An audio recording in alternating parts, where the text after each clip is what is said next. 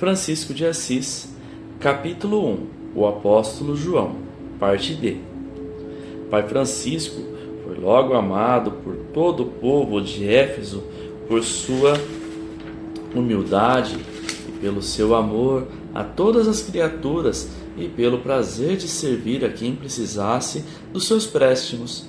Frequentemente voltava à ilha de Patmos. Foi ali, naquele solo agreste, que João Evangelista entrou em êxtase e escreveu o Apocalipse, profecias famosas no mundo inteiro. Soube-se mais tarde, em Éfeso, grande cidade da Ásia Menor, que aqueles soldados romanos que haviam vigiado e ouvido o apóstolo na ilha de Patmos foram apanhados nas catacumbas nas adjacências de Roma, assistindo às pregações dos ceareiros da verdade evangélica e crucificados sem piedade pelos agentes da águia. Éfeso era centro, naquela época, de grande movimento de mercadores, conhecido no mundo inteiro pela sua história e muitas realizações nas artes, teatro, literatura, etc. Situava-se dentre as grandes cidades do mundo, e naquele turbilhão de gente de variadas raças se encontrava João Evangelista, a antena de Jesus na terra para uma não muito menor realização no mundo, falando acerca das coisas que haveriam de acontecer. Já bastante velho, mas com lucidez impressionante, sua mente parecia um sol, e o seu raciocínio era de uma agilidade incomparável, e o seu coração uma chama de amor, porque o apóstolo não ficava de uma vez em Patmos, quando da retirada dos soldados romanos, porque o Cristo não quisera, inspirou os milicianos a mudarem o nome de seu amado discípulo e a transformarem sua aparência, enviando-o para Éfeso, de onde ele, o mestre dos mestres, o chamaria para o final de sua grandiosa missão na ilha solitária. Pai Francisco dormia pouco, era constantemente requisitado nas grandes mansões dos abastados comerciantes e políticos, nas quais ensinava a retórica aos seus descendentes. Aprimorou um método com a fusão doutrinária de Jesus, que causava inveja aos doutos. Conhecia profundamente a história do velho continente. Tinha dados concretos da geografia do mundo. A astronomia o fascinava e descrevia com encanto as belezas do céu. Falava corretamente 4 línguas e vários dialetos. E, acima de tudo isso, o mais interessante para os homens de negócios era a sua educação humana engrandecida com o amor mais requintado que Éfeso poderia conhecer.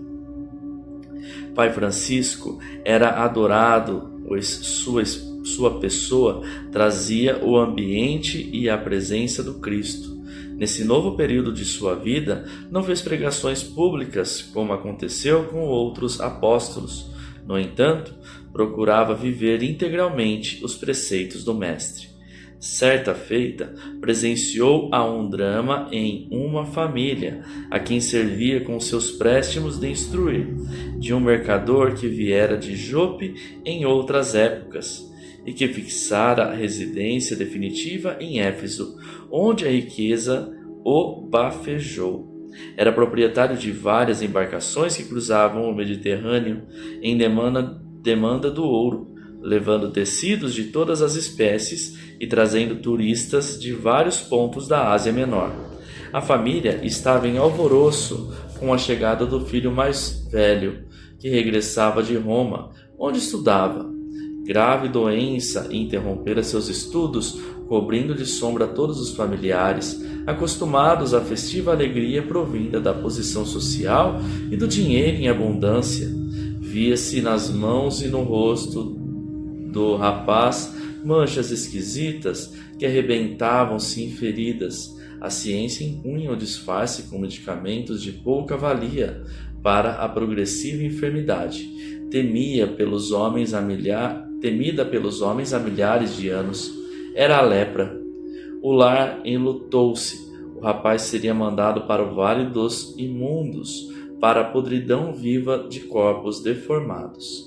Sair de Éfeso e ir para Roma, onde fora beber a cultura que os gregos ofertavam. Foi, na verdade, uma separação que trazia esperanças para o futuro do filho do coração. Todavia, uma separação do lar que a impureza, que a doença caracteriza, abria-lhe as portas da universidade da dor, que muitos homens desconhecem. Eis a vida e o karma, que muitas vezes nos aguardam com surpresas que nos abalam até o centro da alma, mudando a direção de todo o curso da nossa existência. Foi o que aconteceu com Pátios, filho do casal Renuns, mandatário respeitado e dos mais conhecidos comerciantes de Éfeso. Pai Francisco chegara pontualmente, com sua habitual alegria, ao raiar do sol, para as aulas costumeiras, das quais, muitas vezes, até os adultos participavam, dado o clima de paz que o velho trazia com a sua encantadora presença, e encontrou a dor desabotoando energias novas em corações antigos. Acostumado com isso, sabia o que fazer. Foi solicitado imediatamente para o consolo de alguns em desespero, principalmente a mãe do rapaz, que se via em estado de apreensão. O velho apóstolo abeirou-se da grande enfermaria coletiva. Era o que mais parecia o solar famoso. Dispensou interesse ao rapaz, que se recostava num catre luxuoso. Tomou a sua mão, já deformada, e beijou-a com alegria, dizendo: "Que a paz seja convosco, meu filho." Os olhos do apóstolo brilharam qual duas chamas espirituais. Em sua lúcida mente não se desenharam emoções de medo, de enfermidade ou de tristeza. O meio não afetou seu ambiente íntimo, que é somente amor. Pensou no Cristo fortemente. Recordou-se de Tiago e de Pedro. Passaram-se nos escaninhos de sua memória lembranças afáveis do Mestre curando os enfermos, dando vista aos cegos e levantando até os que encontravam mortos. Em seguida, rememorou o Divino Mestre curando muitos leprosos de uma vez, quando somente um voltara para agradecer. O fenômeno da filha de Jairo surgiu vivo em sua mente, com esperança, pois ele a assistira levantar-se pela presença do seu Senhor, e buscou a Deus do modo pelo qual seu coração indicava. Impôs as mãos na cabeça de Pátios, e como por encanto, jorrou do alto uma luz cuja policromia era a sua feição distinta, inundando o quarto de um perfume encantador e desconhecido na terra. O espanto foi geral. O silêncio dava autoridade a Pai Francisco para fazer o que bem entendesse, sob a inspiração do céu. O filho de Salomé, no meio da súplica, notou que uma mão de luz sobrepôs-se à sua na cabeça do rapaz, e uma voz que conhecia ser a do Cristo, que o rapaz também percebeu, se fez ouvir claramente: "Quero que sejas limpo desta tão temível enfermidade, e não te esqueças de compreendê-la, para que não caias em novos infortúnios. Sê um caminho para que eu possa falar com João." Essas palavras ficaram vivas na mente do apóstolo e do estudante. As luzes pareciam milhões de pequenos operários ativos, trabalhando na recuperação de grande cidade desmoronada por catástrofe. A pele do moço foi se recompondo aos olhos de todos, sem que a razão participasse do fenômeno. Pai Francisco parecia revestido da mesma luz e, notando o fato, chorou de emoção. A sua fé refartou o ambiente de glória e de alegria para todos que participavam do milagre da cura, desde os últimos servos até os progenitores. O rapaz, daí em instantes, ergueu-se do leito completamente refeito. sem nenhum sinal de enfermidade no rosto ou nas mãos, derramando lágrimas em profusão, beijou as mãos rugosas de pai Francisco e perguntou com voz entrecortada de emoção: "Quem é esse ancião, mamãe? Quem é, papai, esse venerando senhor que me fez voltar ao que eu era?" Nem os melhores e mais abalizados médicos de Roma e da Grécia puderam algo fazer, pois desconhecem os meios de curar tão terrível enfermidade. Será que é sonho? Será que morri? Ou estou morrendo? Quem é este profeta que me visita a essa hora? E caiu novamente no leito em profundo sono reparador. O silêncio foi quebrado por familiares em torno de pai Francisco, que os chamava para uma sala contígua para que o moço dormisse em paz, não aceitando reverências que dizia não merecer, nem promessas de coisas materiais que não se acostumara a receber. Ainda se sentia na mansão o perfume encantador, cuja procedência os moradores desconheciam. Daí a meses, as paredes e as roupas que por este fato não foram lavadas recendiam com a mesma intensidade. O velho companheiro do Cristo, quando falava, desprendia esse mesmo aroma divino da força do seu verbo, ficando esse sinal como registro da presença do profeta do Apocalipse. Pátios passou a servir de instrumento para que o Cristo falasse a João Evangelista, na ilha de Patmos. Pela confiança que o apóstolo depositava nele, como um filho, passou a saber da sua missão na íntegra. De vez em quando passavam temporadas na ilha, quando o mestre chamava João para revelar a difícil engrenagem espiritual que restava para o fim do livro santo, o Apocalipse do fim dos tempos. Cristo enviou, por intermédio de João, mensagens às 7 igrejas da Ásia: Éfeso, Esmirna, Pérgamo, Tiatira, Sardo, Filadélfia e Laodiceia. A mensagem foi universal.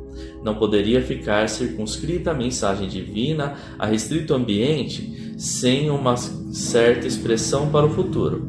Ela correspondia a um ditado cósmico, como que, dividindo o mundo em 7 continentes, o Apocalipse seria o fecho do Evangelho, não assombrando os povos com acontecimentos fantásticos e violentos de um Deus vingativo, mas mostrando com serenidade o fim de uma era e o alvorecer de um novo estágio de vida, pois essa é uma lei que todos os quadrantes da criação, tudo se renova para melhor, tudo se modifica para engrandecer. Os preceitos que herdamos do divino doador foram e serão para nos fortalecer, a fim de passarmos as provações anunciadas com serenidade, convictos de que somos eternos filhos de um Pai de infinito amor. O Apocalipse representa a janela pela qual a humanidade restante poderá passar para o 3º milênio a sentir a vida nos moldes preceituados pelo Evangelho do Cristo. A felicidade para os eleitos na terra é hoje mesclada de grandes tormentos, pois as provações coletivas induzem as criaturas a afogadilhas intenções, ao desespero, à vingança e ao ódio. Fugiu do mundo a serenidade, assim como dificilmente nele se encontra o amor. O período é de transição, que Deus nos abençoe, pois ele é temporário. Nos desnorteia aqueles que ainda não são fracos da fé. Nos últimos acontecimentos do orbe terrestre, que finalizarão os 2000 anos, nas grandes catástrofes físicas e morais, quem não tiver fé dificilmente se salvará. A salvação a que nos referimos é a estabilidade de consciência, é a paz interna no meio das tormentas que se aproximam. Parece, para os sépticos, que a fé é sinônimo de fanatismo, e esse engano é que vai levá-los ao caos do terrorismo e da depressão. A vida alegre é a que se consubstancia na luz da fé, porque ela eleva o espírito à plenitude do amor. Queira Deus que despertemos cada vez mais para o Cristo. O resto de tempo que nos é dado, que também representa resto da imprudência. O Apocalipse é um aviso com 2000 anos de antecedência. Todavia, o Evangelho, na sua retaguarda, nos fala do clima que poderemos formar em nós, a fim de que não soframos os desastres coletivos. Quem se apegar ao amor, aquele que universaliza todos os sentimentos, se livrará da rede selecionadora, que retirará uma grande cota do rebanho para mundos inferiores, onde haverá prantos e ranger de dentes. Quem não acreditar e cruzar os braços diante do Cristo, dará sinal de que pertence às sombras, e para elas será entregue pela sintonia do coração. Não vai, neste sentido, haver opressão nem oprimidos, nem tampouco divisões por qualidade, pois cada um receberá realmente o que realmente merecer. Essa é a lei da justiça.